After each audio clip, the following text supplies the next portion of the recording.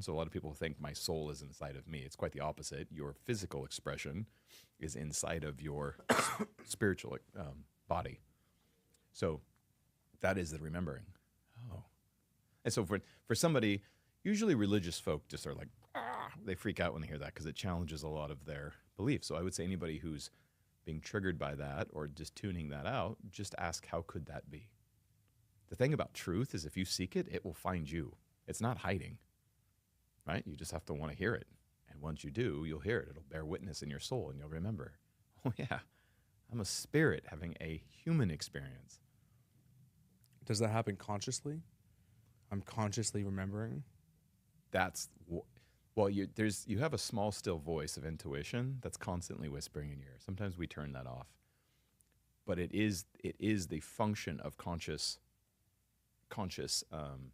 intention that brings that back into our awareness.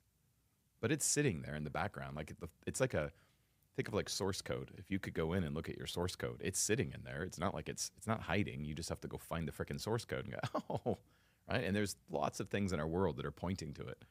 And I think it's hilarious. I think it's hilarious that, which I think it's also appropriate or on par, but I think it's fun that somebody gets to pretend that God doesn't exist. Right? That's part of the getting to exist in this world is getting to choose. What would it be like if God didn't exist? Right? And that's generally what we refer to as an atheist, somebody that wants to believe that God does not exist. However, it's pretty hard to look around and not see the self-evident truth of creation all around us.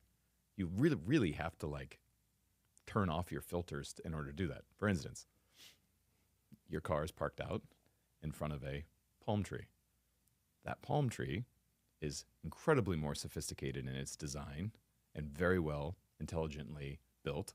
And yet we would look at that as an atheist and go, spontaneous, accident.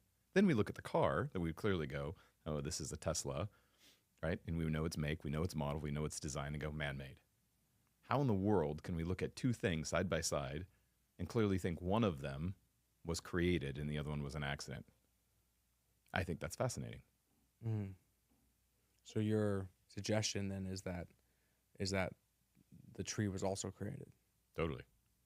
We know that. Science knows that. Just listen to the language. It's like, wait, this can't all be, there's too many patterns. There's too many reoccurring themes in creation to think that this was a accident. But it's a fun way to participate if you want to. What you're saying, you said could be triggering for religious people. The fact, though, is what you're saying is very, it's like religion, but then you add all these layers on top of it. Would you agree with that statement? That what I'm saying is religious at its core?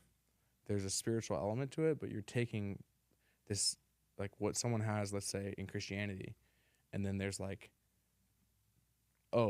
you're on the right track to some things, but there's also all the stuff that Christianity doesn't explain.